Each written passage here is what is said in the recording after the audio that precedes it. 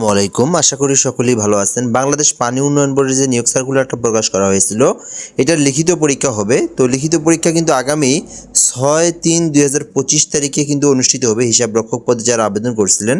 তো এখানে কোন প্রতিষ্ঠানে পরীক্ষা হবে, এখানে রোল নাম্বার দেওয়া আছে, কত থেকে কত কোন প্রতিষ্ঠানে।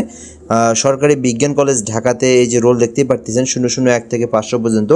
এরপর হচ্ছে গভর্নমেন্ট সায়েন্স হাই স্কুল, এখানে আপনার 501 থেকে 5000 পর্যন্ত। তারপরে তেজগাঁও সরকারি উচ্চ বিদ্যালয় ঢাকা, এখানে আপনার 5001 থেকে 7500 পর্যন্ত। এবং লালমাটিয়া গার্লস স্কুল, তারপরে এখানে 7501 থেকে 10000 পর্যন্ত। এবং তেজগাঁও ঢাকা কলেজে 10,001 থেকে 14,575 পর্যন্ত। দেখতেই পারতেছেন প্রতিষ্ঠানের নাম।